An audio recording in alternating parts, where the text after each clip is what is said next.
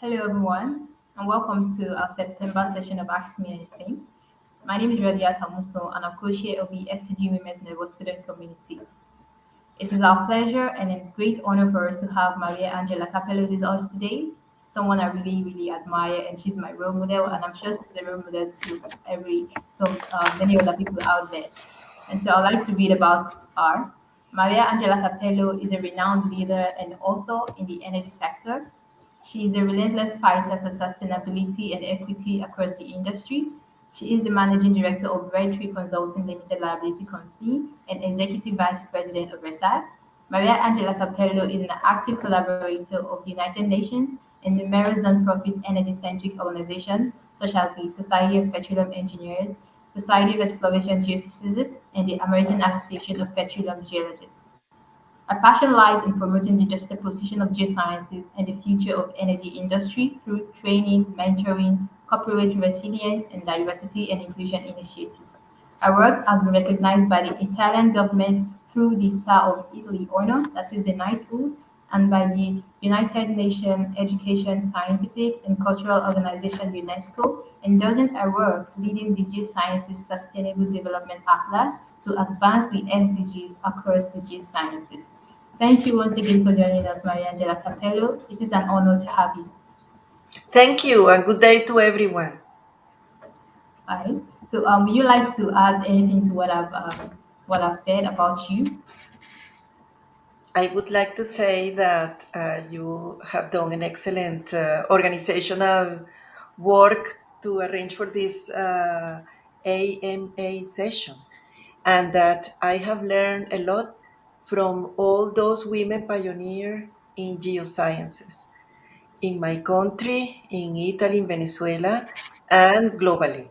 So I have found everywhere I go women that were there way before me and who inspire me in keeping advancing what I do every day. Thank you. Ah, thank you so much for being, such a good role model to us. Also, all right. So I'd like to start with the questions I have with me, and then I'll be taking the questions from the audience as we move on. So Yes. the first, all right. The first question I have here, like that's the first question we ask everyone, and I want you to like tell us why you decided to become a geoscientist. Was it your decision, or perhaps a suggestion from your family or a friend? Well, it is a very good question because my bachelor was in physics. So if you think about that, it was not directly related to physics, but when I was mid career, mid program in the year number 4 in Venezuela, there are 5 years for the bachelor's degree because we make a thesis work. I had to choose if I wanted to continue with theoretical physics, plasma, or geophysics. And I said, what is geophysics? So I took the 2 preliminary courses of geophysics and I was mesmerized. It was basic geology and basic geophysics. And in geology, they took us to a field trip. And the first time when I saw the rocks on the outcrops, and I realized that, you know, they were not just regular roads or highways. It now they had a completely different meaning with the geologic time, with fossils. I was fascinated. And then in the other subject, we did our very first ever field trip with acquisition methods, seismic refraction, seismic gravimetry, and all that. And I said, this is what I want to do forever and ever. And I really love it. And this is how my minor was in geophysics. And I was the first student of my university to do like an internship in an oil and gas company in the physics department because physics students did not engage in this kind of activities. But as I was doing geophysics, and that was something new that was recently launched as a minor, I was so happy to be able to do that. So I after this field trip and the first subjects that I took, this was my own decision.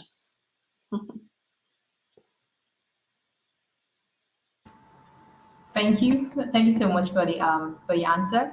I'm really glad to know that you found your passion, even if that was not what actually wanted to. That you didn't plan to do it, but you did No. find the passion. Yeah. So the next question I have here is, we created the Geophysical Sustainability Atlas with, Maria, with Anna Shognesi and Cass. I Emer don't know the other Kaslin. person. Emma Caslin, Emer yeah. Kaslin, yes. Okay, Emma Caslin. So what inspired you and what are your goals for it? Well, that Geophysical Sustainability Atlas is a beautiful story, I would say, because one day, I worked 12 years for Kuwait Oil Company in Kuwait in the Middle East. And one day my telephone rings. This was back in probably 2016 or 2017. And my telephone rings, and it is a strange voice that says, is this Maria Angela Capello? And I said, yes. It was a man. And he says, we are calling you from the United Nations Immigration Office. I was silent. And then on the other side of the line, the guy starts laughing. Don't panic. Every time I call someone, I get this reaction. People go silent. I said, well, we are here on a residency visa. Anything can happen. And he told me, no. We want to invite you for a meeting with the chief of mission. Please, this is what are your feasible dates. So when I went to the United Nations building, I entered in this, lobby, and it was like 4 feet, 4 floors tall. And I saw these, squares hanging from the ceiling, and they had messages on them, like the SDG 1, SDG 2, and I start reading, no poverty, energy for all, access to clean water. And I said, what is this? So after my meeting, I took with me all the brochures that were there, and I asked, what are these? These are the Sustainable Development Goals. They just have launched the campaign in 2015, and they still had in 2016 or 17 those fantastic icons, hanging from the ceiling. So I became enthusiastic and engaged in a self-learning journey about sustainability, and realized that, yes, the planet, the society, the economy needs these concepts to make sure that we are sustainable in time. So after a while, I decided, this was in 2020, to write a paper about how do we map geophysics to these sustainability, development goals, sustainable development goals, the SDGs. There are 17 in the United Nations. So I said, I don't want to do this alone. I need powerful collaborators who will help me, complete this concept and do something of value. So I thought, let me write this with Anna Shognesi. She was not president of SEG at the time, but I knew her from before. We had collaborated online for many things. By the way, the Women's Network was one of those platforms where I met Anna Shognesi. And very soon, when we were starting with an Excel spreadsheet and things got a little bit complicated, we realized we needed a young voice in the team. And this is how we invited Imer Kaslin. She was based in Ireland. At the time, I was based in Kuwait, and Anna was based in Boston. So we crafted this atlas with focus group. We invited experts to enrich the content, and the SEG published that free of charge, open access, in the Leading Edge, January 2021. Our goals were to raise awareness from the geophysical community about the SDGs. It has been the top article of altmetric, standards of not only the Leading Edge, but also geophysics of all times, and we are very proud. It has been translated to Swahili, to Serbian, and it's been translated to Spanish.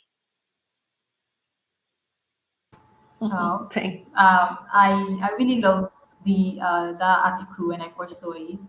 And my friend, one of my friend, the president of Namdi Azikiwe University, they even have the chats in their school, in Oh their department. wow. Yeah, and it's really Yeah. nice. It's really nice to know we can use geophysics for for all these United Nations goals, and Yes. it's something that really makes me proud of what I'm studying geophysics. Exactly. That is the Thank purpose, you. to give us purpose, to it's like a mirror where you can see yourself. I am doing what I'm doing. I'm doing humanitarian geophysics, I'm here. I'm searching for water, I'm there. I am doing seismic processing, I am here. So we are Yeah. helping. So it's a lot of content. Yes. So thank you so much, Angela. But the next question here with me is, what has influenced your thinking around diversity and inclusion, and what has motivated you to get involved in being an advocate for change? Well, I was born and raised in Venezuela in an Italian family. So I like to say I am Italian Venezuela.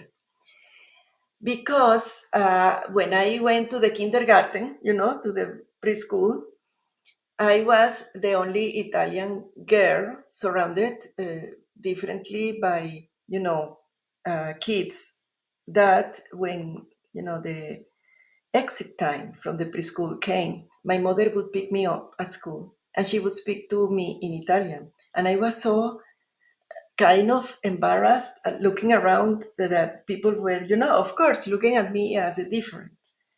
So I was different in several things. I was blonde. I am blonde. Uh, and then my mother would speak to me in another language. Sometimes at school, as I was raised at home, right, I would come forward with words that were not in Spanish, and people would ask me, "What is that?" And I realized very soon in life that I was part of a underrepresented group, wrongly called minority, because Italians are not minority in Italy, but I was a minority in Venezuela. And then I was a minority, later on at the university, at school, and then at work as a woman, in geophysics. Many times in the subjects, I was the only woman.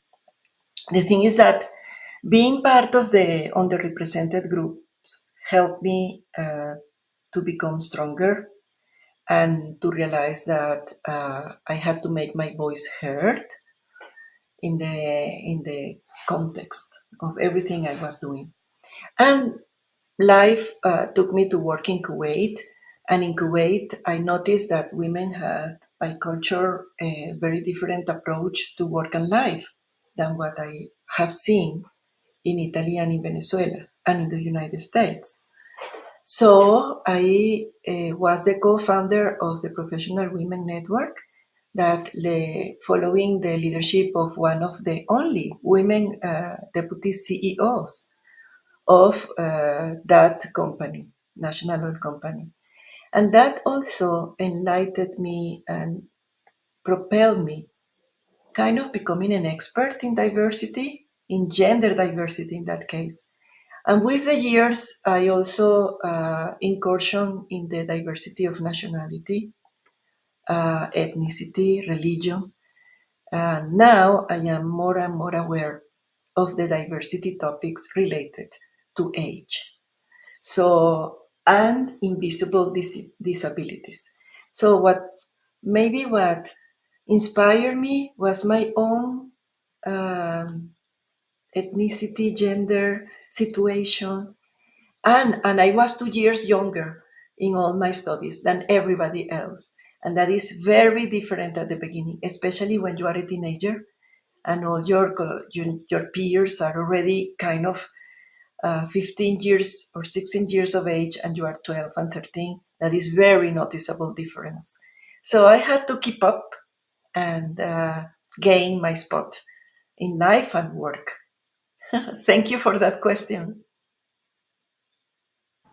Uh, Thank you for the answer, Maria.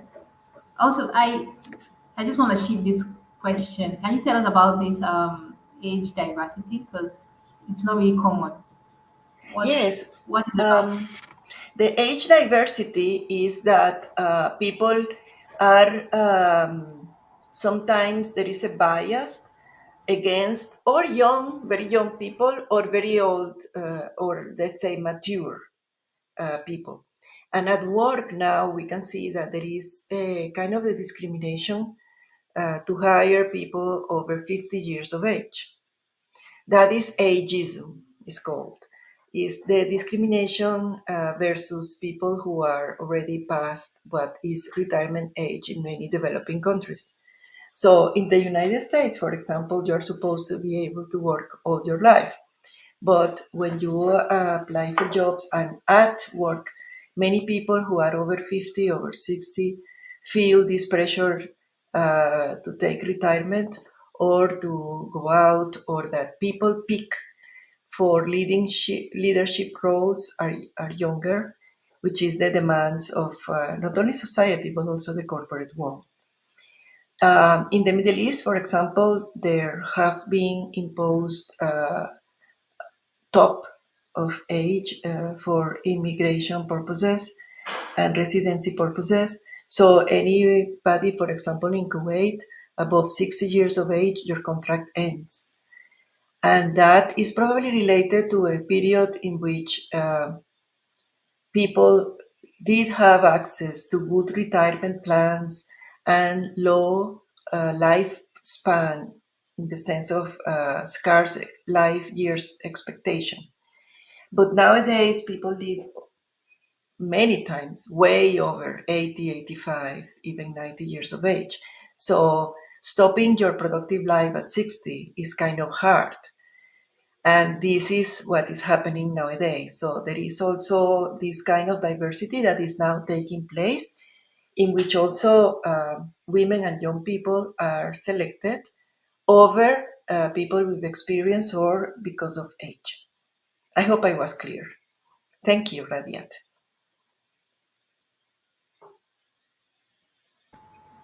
Yes, ma'am. You are clear. Yeah. So I also think it's really unfair about this age diversity stuff, because sometimes you see some positions you're trying to apply for and they are saying they want somebody below 25 years, and like we can have somebody who is over 30 years and has more experience or who is more qualified. So I think Yes, that's something that everyone should work on, especially those people in charge of employment, right? exactly. So the next question I have here is what are some specific ways that you've advocated for this change and the successes and the challenges you've faced? Can you tell us about the diversity and inclusion, the ways you have advocated for change, and the successes and challenges that you've faced? The challenges are generally always related to culture. Not necessarily the culture of the country or the society you are working Okay. on, but Can the you explain company. to us the specific ways that you've advocated for change and the Yes. successes and challenges you have faced? So the specific ways of advocating for change is to raise awareness about the statistics. I think that is a very successful and efficient way to raise and to start change. For example, I show in Kuwait Oil Company and in Halliburton what were the statistics of women in the workforce and women in the leadership roles at the same time as showing the statistics of men in the workforce and men in the leadership roles, because those ratios should be the same if there were no issues of biases. And if they are not the same, something is going on in the system.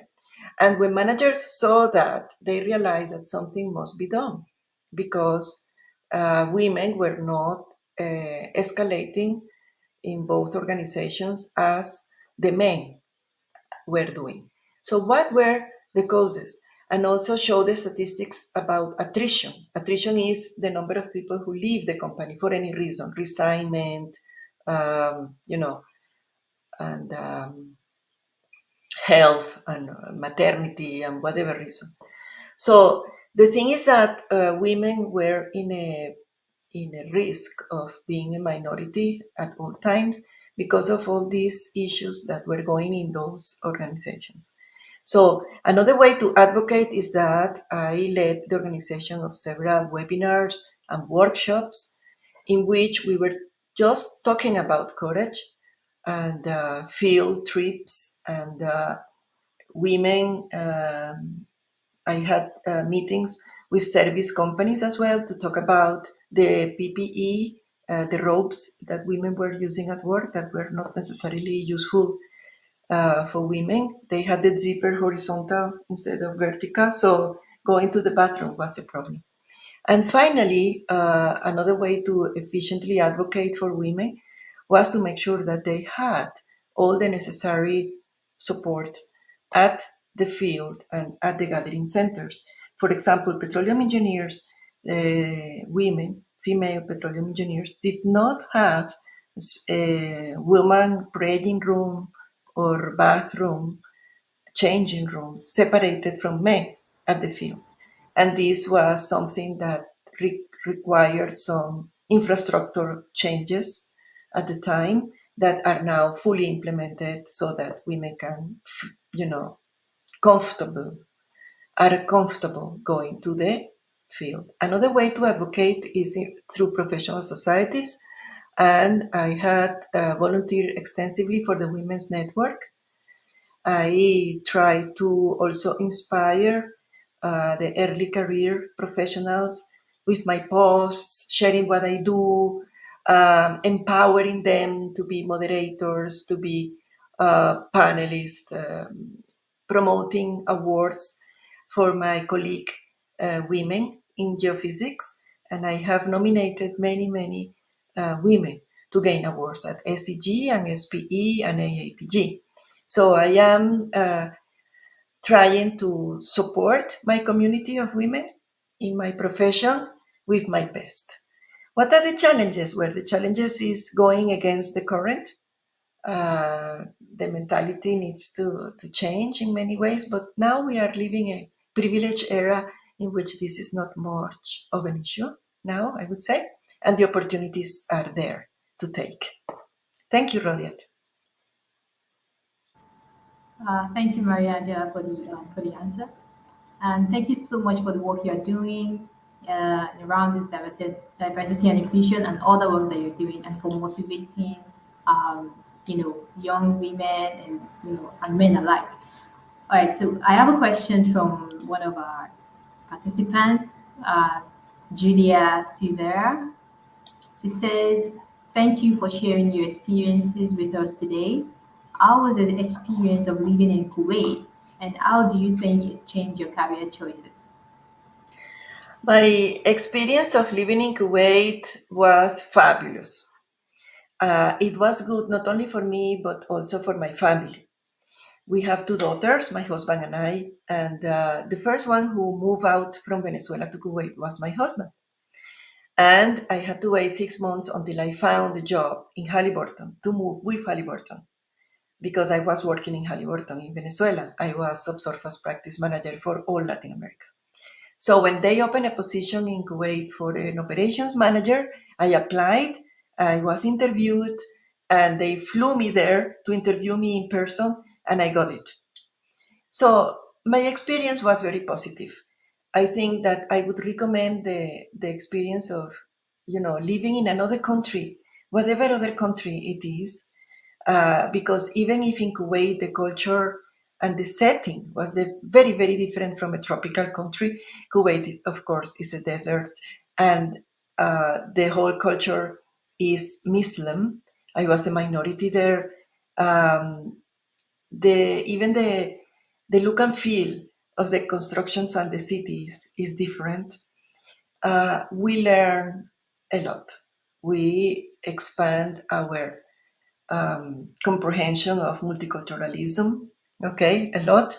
And we incremented our resilience, our flexibility, our openness to the other, okay, to people outside the family. And I think that it changed my career choices because I understood that my strengths, my better strengths, I would say, were in advancing strategic programs or projects, but also to advance those power skills that we need, which are how to increment a company prestige by incrementing the individual prestige of notable individuals in your organization, how to excel at delivering technical presentations, how to network efficiently, how to prepare executives to deliver panel presentations and, for example, webinars and keynote speeches. And I didn't know I could do that. So nowadays, after having this exposure to all these topics in Kuwait, I am working in sustainability, coaching, and events organization, which is, I think, what I do best. And I am very proud of the accomplishments that I established during my career path in Kuwait. If it was not for the support I had from very top management, executive management in KOC, I would not be where I am today. So I am grateful and I am in appreciation of my tenure years in Kuwait. Thank you. That is a very insightful question, Julia. Thank you.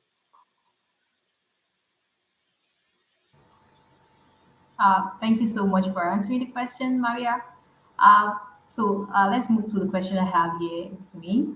What are the mistakes you have seen or think women make at work that prevents them from taking charge of their career, or ways in which women hold themselves back from reaching their full potential? Well, I think that, first of all, the mistakes that I have seen repeatedly Did you get the have, question? yes. Do you hear me well? Okay.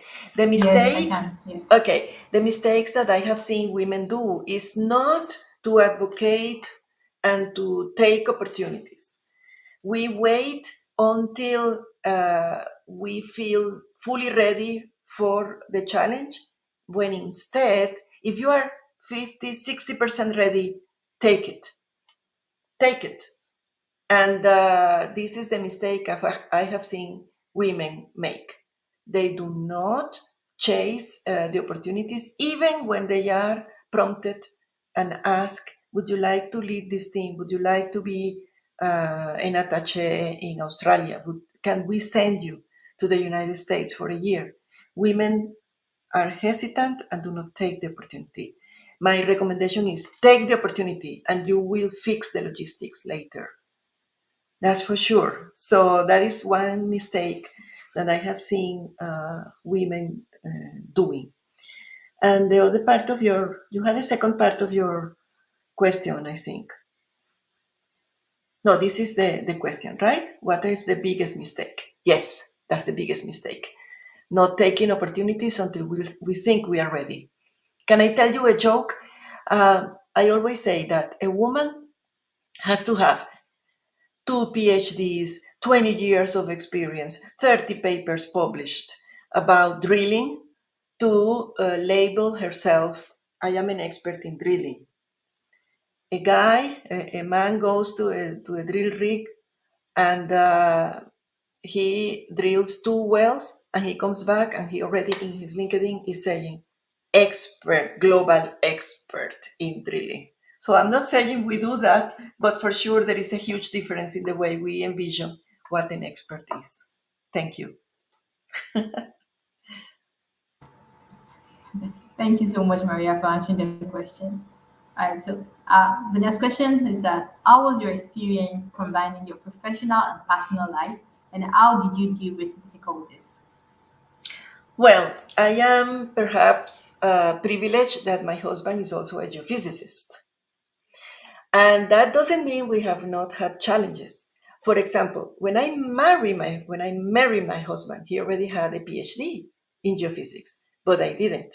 So after a few years of working in my company, the company proposed me to go to obtain a master's degree at the Colorado School of Mines. And I grasped the opportunity and I said yes. Then I went home and asked, okay, how do we do this?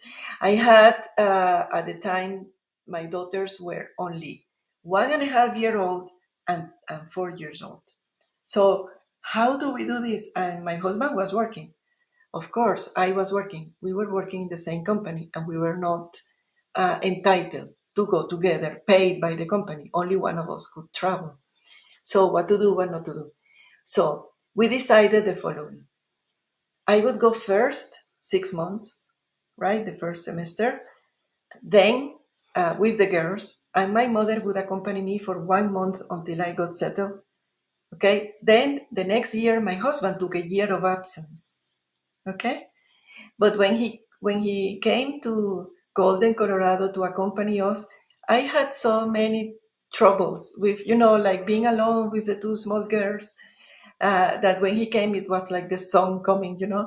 And I worked the whole summer so that I could graduate by next December and we could go back together, the four of us, to Venezuela, because a family should be together. Another challenge was when he went to Kuwait, and then I had to go in this moment. I went later on, almost a year later, with our two girls. So at the time they were teenagers. So how to cope with that? The small one didn't want to leave her friends at the high school, but the big one grasped the opportunity, and she, for the first time, both of them had to study in English, not in Spanish. They never have done that. And they met the challenge and over exceed our expectations. And, after that, they studied in the United States while we were in Kuwait. So, coping life and work is a matter of a joint effort. And whenever I had business trips, my husband would take care of the girls and vice versa. If he had business trips or field trips, I would be alone at home coping with everything. So I would say that the first thing you need to do to be successful balancing life and work is to have a supportive partner. If you are a man or if you are a woman, it doesn't matter. If you need a supportive partner or your support network, even with the family, it's very, very, very crucial, because if not, you cannot succeed yourself. And another thing, and with this I finish, do not feel guilty when sometimes work takes full priority, because I learned that very early. The first time my first daughter, Alessandra, had fever and had a very serious infection, I also had very important things at work, but I had to just literally abandon work and take care of Alessandra for a full week, and things move on at work. And vice versa, I had presentations and business trips that had required my whole attention and time, leaving family behind. So balance is not 50% and 50%. Forget it. It is like a zigzag curve in which sometimes is full work, sometimes is zero work, sometimes is full family, sometimes is zero family. This is my experience. Thank you.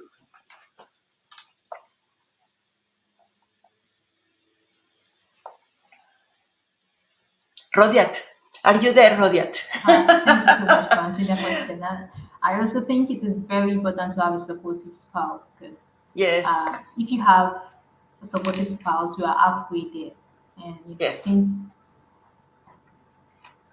Things move. Yes, I'm there. Can you hear me? Yes.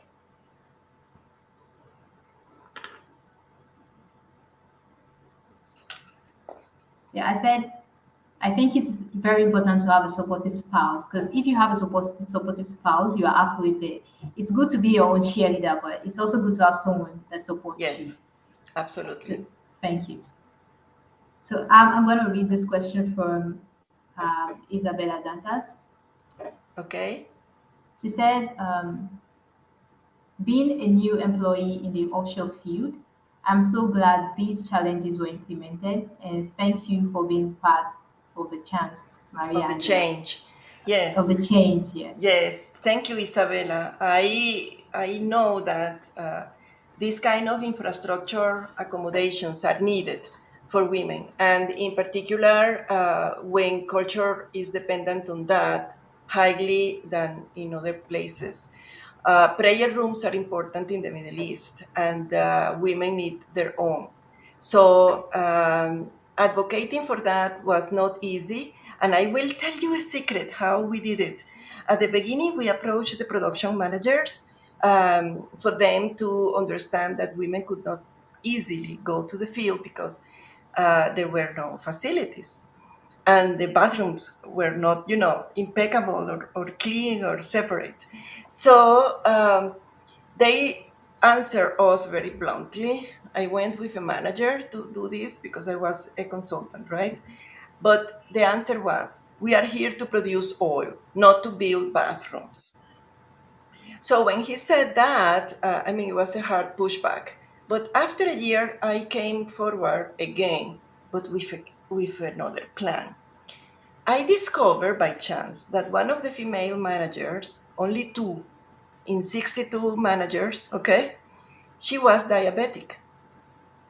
And because of that, she needed absolutely, to go to the field. And she told me by chance that before going to the field as a manager, before going, she would use the bathrooms and she would call in advance to have the bathroom closed and clean for 2 hours so that she could go there because of the time of the insulin or whatever and changing and all that. So I said, why don't we use your story so that they know all these logistics extra? Why we need those extra logistics? And after, it took a while. She didn't want to disclose these personal arrangements, let's call them. But then I told her, listen, this is not for you. This is for to benefit all the women that come after you and that, they have to do any kind of malabarism to go to the field. So she said, okay. After a while, she said, okay. And we went again, and this time we discussed this with the HSC managers and the maintenance managers, not the production managers. And the maintenance manager included the budget, and it took another loop year, but we were able to fix the issue. So thank you, Isabella, because I know going offshore requires a lot of courage as well. And I salute you and congratulate you. Thank you. Thank you, Maria, for answering that question. So I'm going to read a question from my side. Yes? Um, do you recall any instances in which you felt disrespected, and how did you respond to the circumstance? Well, feel disrespected. Well, I will tell you perhaps two occasions. One at the beginning of my career and one mid-career, let's say.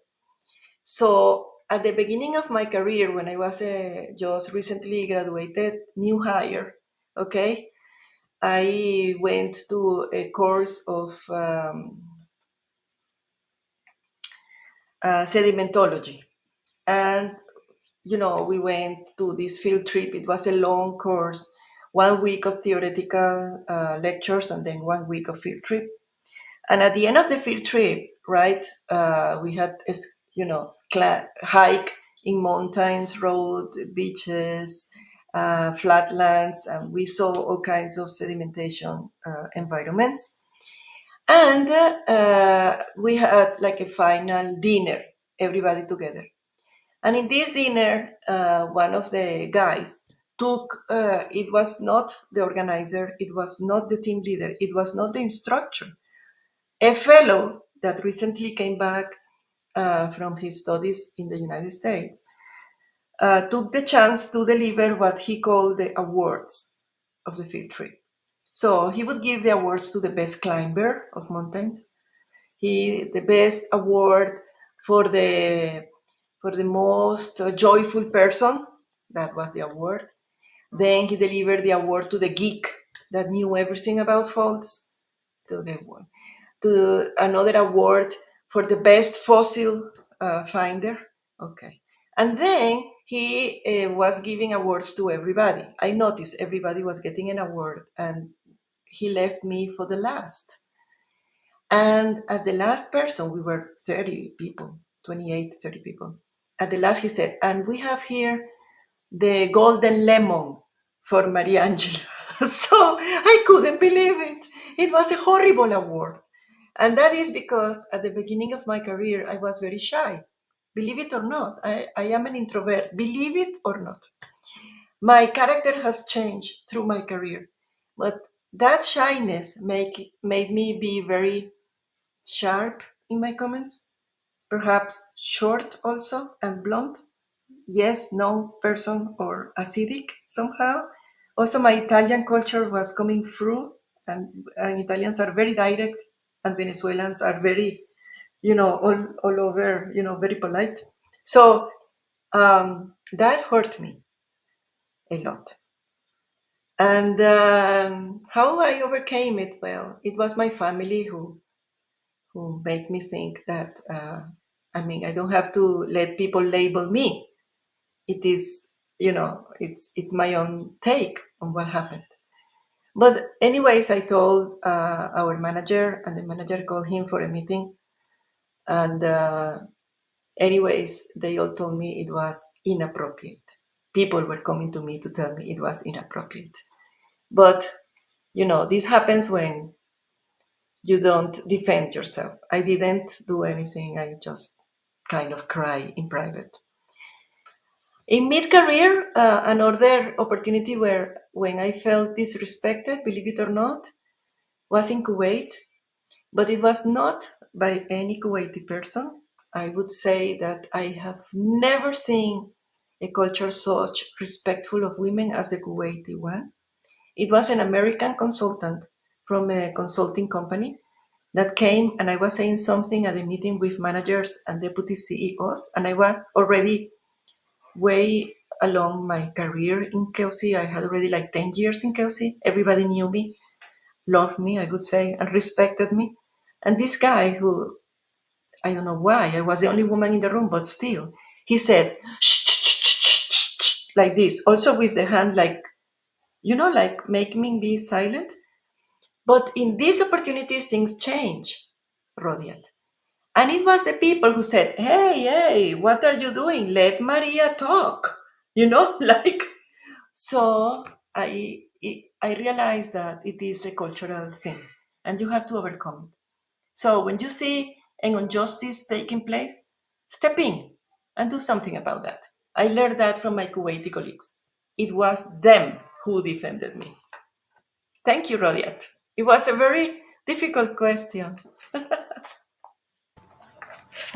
Thank you so much for sharing your experience with us. Yeah.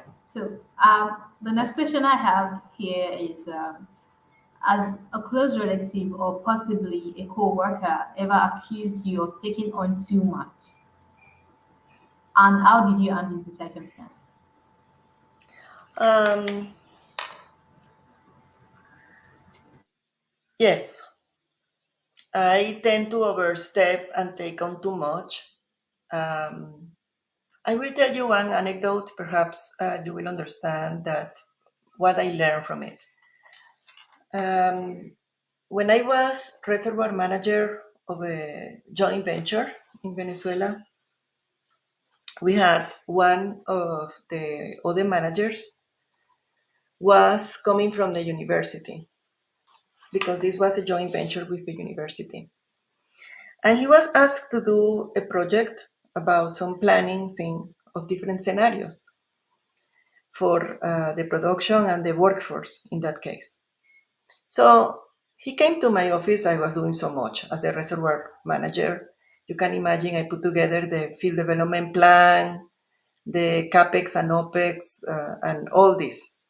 So he was asked to put together a workforce plan. so that he could include university faculty and students plus industry people. So he came to my office asking me how to do it. So I gave him several guidelines. I would do this, I would do that. Months passed, and he came again and he asked, but I don't understand this. And I again gave an explanation. And the third time he asked, I said, well, let's do something. I will do a draft and then you can spice it up with your own voice. So, because I knew it would take me not so long to do it. So I did it because I couldn't get across to him and make him do it, you know? So I did it. And next thing I know, I was called to the director's office. And I said, what would this person want? It was a she. So she asked me, I entered in the office and I saw the president of the company, of the joint venture, the director, and a human resources person there. I said, what happens? I really and sincerely thought, Rodiat, that they were going to give me a promotion. But they were very serious. And when I entered, I saw, you remember the report I made for that professor? It was on the desk. I said, she asked me, do you know what is this? So I answered, yes, isn't that the report from Professor X? And she told me, yes, it is. But who made it? I said, well, he was asked to do it, right? Yes, but we want to do who made it. I had to tell the truth. I said, me. And she said, okay, we are glad you told us the truth because this was your dismissal letter by Human Resources. So now I'm going to tear it. No, there is no need for this anymore. But you have to know that because of the low performance of this professor, the university agreed to change it. But we had to demonstrate he was not a performer. And you ruined our only chance to change the professor because now we cannot demonstrate that. So I learned my lesson, right? The lesson is if the organization has a hole, let the hole be known. Because if you cover all the holes, you yourself will not advance and you will put your organization in detriment of fixing the problems because the holes will not be noticeable. So I don't know if this anecdote exemplifies the point, but for me, it was an instrumental way to learn, very hard way to learn. But I learned my lesson, not to overstep. Thank you, Rodiat. Thank you so much for sharing your experience with us. I also want to look at it in this perspective, like you do a lot of work for SP. You are in the United Nations. You are doing for AAPG, SCG. You are everywhere. And have you ever been accused by someone or like a coworker or somebody else saying, "Why are you always everywhere? Why do you want to do this?" Because it happens, right? And for example, me, I'm also involved with SP, SCG, and I do a lot of volunteering stuff. And then some of my colleagues will say, "Why am I doing too much? Like, why are you always everywhere?" So, how do you Well, respond to that kind of situation? I have not been asked that. I have not. I enjoy what I do and I will keep doing it. Yeah, I think that is the way it should be. If you enjoy doing it, you should keep doing it. Yes. Yeah. So, I'm gonna read a question from the audience from Okay. on Capsilo Estudanti. Yes. She says, hello, what career and life tips would you give to students and recent graduates? What areas in geosciences do you believe will be more relevant in the future? Well, the life tips that I would give to students and recent graduates is to always make sure that you live every day as if there is no tomorrow, in the sense that make sure that you grasp all the best that you can take from every opportunity, every field trip, every subject, every professor and faculty that you have. Make sure that you gain advantage, because the time when you are studying is not going to come back. And later on in the career, you cannot go back to the books. So make sure that you learn the most of what you can do and enjoy also the most with what you can do. Remember that publishing papers and sharing your knowledge gives you also the opportunity to travel, to present them in different countries and get to know the world. And when you become an expert, you can also be nominated as a distinguished lecturer and enjoy even more getting to the opportunity to give back to students and to others, and enjoying getting to know different countries. So my tip will be, make sure that you select a spouse that is very supportive, and that you make sure that what you do is not only what you like to do, but what your effort is appreciated for. I will put an example. I am good, for example, at making. Let me choose a careful example. Aha! I am good at, for example, making statistical analysis of data. Okay, but I like, okay, to arrange presentations, details, and formats and all that. So there is a difference there. I cannot dedicate my career to do presentations and to arrange PowerPoint or search images in Unsplash or any other open sources, right? Because that is the work of a graphic designer. I need to focus on what my effort is best recognized for, which is sustainability, mentoring, and power skills for the oil and gas industry. This is what I do best. So I hope this helps you as a tip. Focus on what you are appreciated for and where your knowledge is, not necessarily in what you like to do. I also like to play piano, but I cannot dedicate my whole day to play the piano, right? So focus on that. And what areas of geosciences do you believe will be more relevant? I believe that more relevant will be areas related to water management, ecology systems, and green carbon credits. So those areas are related to soil, geochemistry, ground penetrating radar, electromagnetics and geophysics, um, refraction seismic, sedimentology analysis, geohazards like landslides, earthquakes, microseismicity, and this also the usual, or let's say the conventional areas of geosciences will also be needed for injection of CO2, because you still need to characterize the subsurface reservoirs for these kind of injections, and the cap rock to make sure it is strong and solid and enough. Another thing is infrastructure integrity. I think that we will be calling as geosciences, in particular geophysics, for geophysicists for pipeline integrity,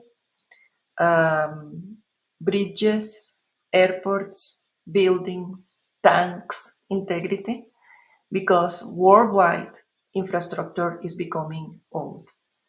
And we need to preserve what we have and understand the risks associated with those old structures. Thank you. Very interesting question.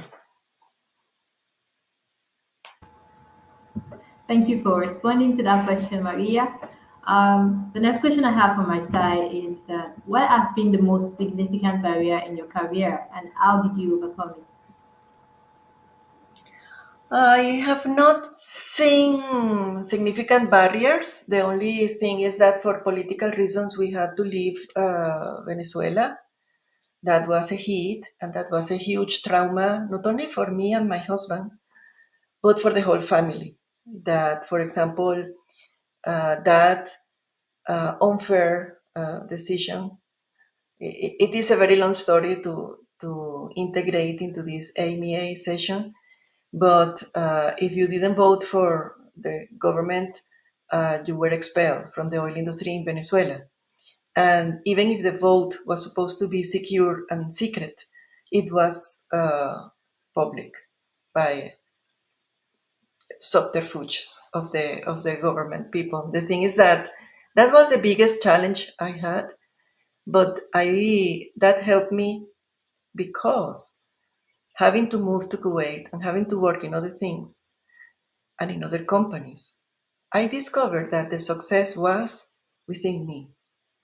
So if you associate success with a company and you don't become a director or a vice president or a CEO of that company, you might feel frustrated, right? Because that is the symbol of success.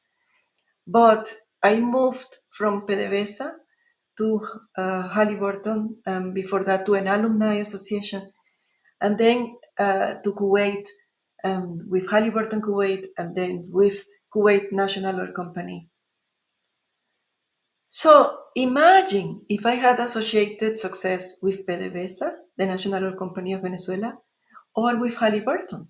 I would be frustrated by now. But, or even to the country, if I was associating my success with Venezuela, with being an important person in Venezuela, or in Kuwait. No, I discovered the success traveled with me. It was me who had, the capacity of overcoming the challenges. Another challenge is that when this happened in Venezuela, they took away my laptop and I didn't have any backup by also security reasons and all that. And I felt lost without all my work of 20 years there. And I had to then, the first work I had was to create a course about advanced 3D interpretation for Schlumberger. And I did it from scratch. So I felt so proud of myself. I didn't need everything that I had accumulated through the years. I was able to create. And that is how I overcame those big barriers. Thank you, Rodiant. Thank you so much for answering the question. So, the next question from my side is: how did you find the experience of achieving leadership positions? It's very solitary when you are in a leadership position. All the weight of taking decision falls on your shoulders, and you are very alone in that. On the other hand, it gives you the opportunity to do good things for people. So having a leadership position has two sides. It's like a coin. You see, a side of the coin is positive, and the other side is negative. So I like being with people. I have shifted my character from introvert to extrovert through life. And nowadays, I realize that having a leadership position or an influential leadership gives me the opportunity to do more for people, especially early career professionals. Thank you for that, Maria. Also, I'd like to ask you, what career advice will you provide students and young professionals who want to follow in your footsteps of leadership? Oh, that would be the first step is to become expert in your area. Whatever your area is, I was leading research when I was already only, I would say, 26, 27 years of age. I was leading a 4D seismic project. And so don't shy away from big challenges and become an expert in what you do. And after your first 8 years of professional life, when you have established yourself as an expert, as a knowledgeable person in a specific topic, then start publishing, start, expanding your network so that, and sharing what you do. I became an influential leader, I think, in Halliburton and in Kuwait oil company by helping all who came in search of my support. I gain more by sharing than by keeping things to myself. So this is the recommendation I would say. Be generous with your knowledge and with your experience. Thank you. Thank you so much, Maria. Yeah, I think it's really nice to to give, because when you give, you're also like you are giving yourself to in the process. So, I think we've said something similar, but which geosciences fields do you think are currently more relevant or offer more opportunities? Oh, we already answered that in detail earlier. Yes. Yes, Thank you. Yes. yeah. So the next question is that what art skill and soft skills do you think junior geoscientists should work on developing? I would say hard skills is again to become knowledgeable and expert and deep dive into specific topic or technical topic. About soft skills, I would expand on communication. Simplify your communication so that everybody can understand what is that you are working on. Not only geophysicists, if you are a geophysicist, or experts in sedimentology, if you are a sedimentologist, take the opportunity to expand what you do in a lay language so that every other discipline can understand. Because when people know what you are working on, they will support you and they may offer collaboration. Thank you. Thank you for that, Maria. Um, this is not gonna be, this is supposed to be the last question, but I think I have a question. I don't know. Okay, let me ask my question. So, how was the email 22? Because the conference was not made virtual this year. So, can you tell us about the conference, the email 22?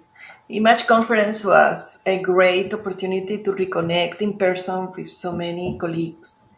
And we had also it was fantastic. I think we had more than 6,500 attendees, a full sold out exhibition floor that offered opportunities not only for the big companies but also for mid-size and small-size entrepreneurs who were showing their products and services. I saw several new companies in the area of sustainability and environment, geosciences, which is very important. There was a whole pavilion about near surface geophysics that was very nice to see. In Image, I had the opportunity to launch my third book, which I commend you, is resilience, career resilience, which is very much related to the questions I was asked today. And in a personal facet, I would say that I was able to attend several launches and events in Image that showcase that we are pursuing more diversity and enhancement, rejuvenation of what we are doing in SEG as well as in AAPG. Thank you so much for sharing your image experience with us. You mentioned about your book with Yves Burns, and I want you to tell us about the book.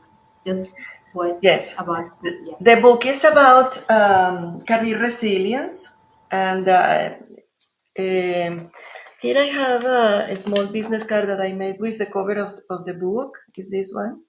A Guide to Career Resilience, and it has all these bees around the queen bee. Look how beautiful is in the center. Because another day we will talk about the queen bee as those women who are pioneer, and when they sit in their throne, they don't give opportunities to anybody else. And I have faced at least 3 of them in my career. So don't be a queen bee. If you are a woman listening to me, don't become a queen bee.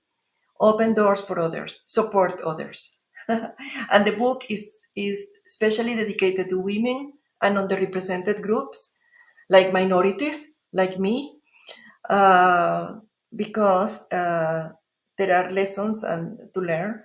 and you have to call things for what they are: harassment, bullying, and other, bad things that happen at work. The book is about that. So give it a read. This is not, it's just because you asked me, but I did it with Yves Bront, and we hesitate before pulling together all these stories. But besides the people who remain anonymous that provided their stories, we also included our own. So you may want to listen to very sad moments of our lives. Yeah, so thank you so much, Maria, for sharing that with us. And personally, I've wanted to get a book, and I'm going to get a book and read it. So, Thank you. yeah, the last question I have here is, what advice would you give to your younger self? Oh, I would give an advice to search for an international job earlier on,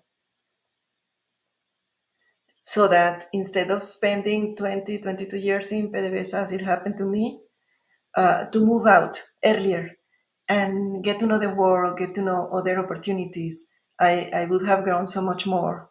I would have done so much, and I would have enjoyed so much more.